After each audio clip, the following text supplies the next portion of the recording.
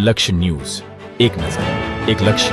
આજે સર્વ પિતૃ અમાસ એટલે કે મોક્ષદા અમાસ આજના દિવસે પૂર્વજોને યાદ કરી તર્પણ વિધિ કરવામાં આવતી હોય છે। ત્યારે આજરોજ ડભોઈ તાલુકાના કરનાળી કુબેર ભંડારી શિવાલય ખાતે મોટી સંખ્યામાં વહેલી સવારથી જ ભક્તો ઉમટી પડ્યા હતા। નર્મદા નદીના કિનારે દક્ષિણ તીર્થ ચાંદોદ અને કરનાળી ખાતે ત્રિવેણી સંગમ ખાતે પિતૃ તર્પણ માટેની વિધિ પરિવારજનો અને યજમાનો દ્વારા કરવામાં આવતી હોય છે। આજરોજ મોટી સંખ્યામાં નર્મદા નદી કિનારે વિવિધ સ્થળોએથી શ્રદ્ધાળુઓ ઉમટી પિતૃ તર્પણની વિધિ કરી સાથે સાથે કુબેર ભંડારી મહાદેવની પૂજા આરાધના કરી ધન્યતા અનુભવતા જોવા મળ્યા હતા।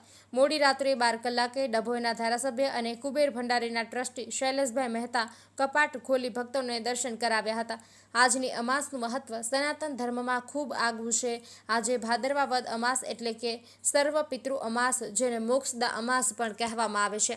આજના દિવસે પૂર્વજોને યાદ કરી તેમની માટે પ્રાર્થના કરવામાં આવે છે। સાથે સાથે વિવિધ પ્રકારની પૂજન વિધિ, જેમાં મહત્વની પિતૃ તર્પણની વિધિ કરવામાં આવતી હોય છે। ડભોઈ તાલુકાનું કરનાળી અને દક્ષિણ પ્રયાગ તીર્થ ચાંદોદ નર્મદા નદી કિનારે ત્રિવેણી સંગમ ખાતે હજારો શ્રદ્ધાળુઓ આજના દિવસે પિતૃ તર્પણની વિધિ માટે પધારતા હોય છે। ત્યારે સાથે સાથે કરનાળી કુબેર ભંડારી મહાદેવના મંદિરે પણ દર માસની જેમ આ માસે પણ મોટી સંખ્યામાં શ્રદ્ધાળુઓનો ધસારો જોવા મળતો હોય છે। મોક્ષદા અમાસ અને શિવ આરાધનાનો તમે જ્યારે આજના દિવસે કરનાળી કુબેર ભંડારી મહાદેવ મંદિરે હજારો શ્રદ્ધાળુઓ દ્વારા પૂજન અર્ચનનો લાભ લઈ ધન્યતા અનુભવતા મોડી રાત્રે 12 કલાકે ડભોઈના ધારાસભ્ય અને કુબેર ભંડારી મંદિરના ટ્રસ્ટી શૈલેષભાઈ મહેતા દ્વારા મંદિરના કપાટ ખોલવામાં આવ્યા હતા। મોટી સંખ્યામાં શ્રદ્ધાળુએ કુબેર ભંડારી દાદાના દર્શન કરી ધન્યતા અનુભવી હતી, જ્યારે કે ત્રિવેણી સંગમ ચાંદોદ અને કરનાળી હજારો શ્રદ્ધાળુ પિતૃ તર્પણની વિધિ સંપન્ન કરી હતી। નિરંજન ચૌહાણ, ડભોઈ। વર્ષોથી અમે કુબેર મંદિર આવીએ છીએ, કુબેર દાદાના દર્શન કરીને ધન્ય થઈએ છીએ અને એનું મેનેજમેન્ટ બહુ ઘણું સરસ છે। સારી રીતે દર્શન કરી કુબેર દાદાની આશીષ સદાય બધા પર રહે છે।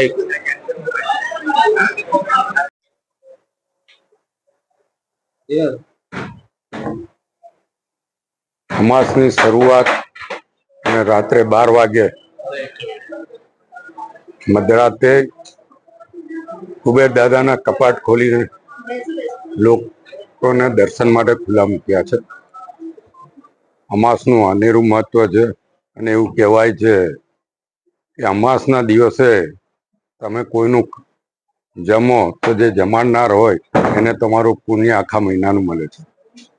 એટલે અમાસના દિવસે કોઈનું ખાવું નહીં,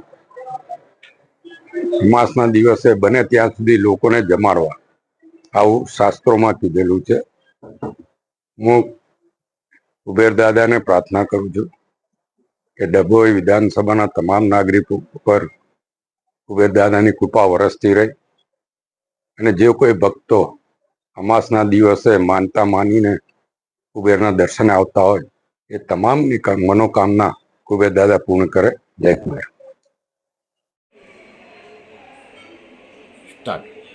जय कुबेर, जय महाकाली माँ। आज सर्व पितृ अमावस्या है।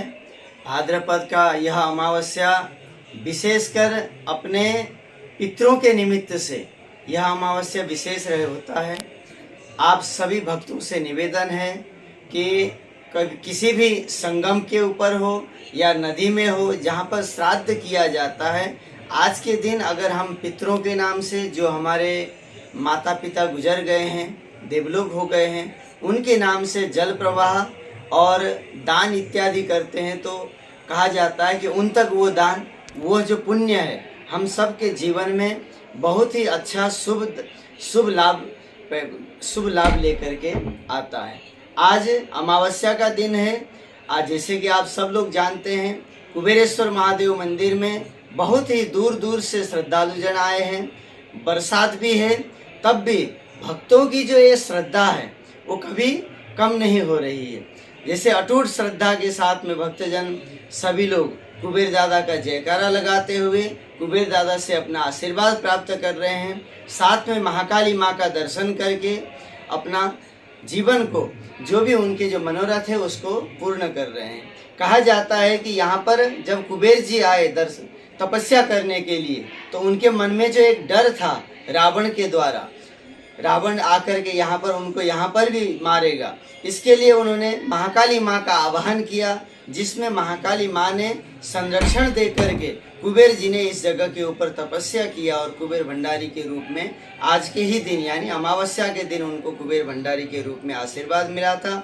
इसीलिए कुबेर जी के लिए यह अमावस्या का दिन विशेष होता है। सभी श्रद्धालुगण दूर दूर से आते हैं और दर्शन करते हैं। आप सभी कुबेर भक्तों से निवेदन है, कुबेर जी का भोजन प्रसाद जरूर पाइएगा, साथ में नर्मदा मैया का साफ सफाई का, और दूर से ही दर्शन करके अपने जीवन को जो भी हमारे पुण्य है उसको उजागर करिएगा। जय कुबेर, जय महाकाली माँ।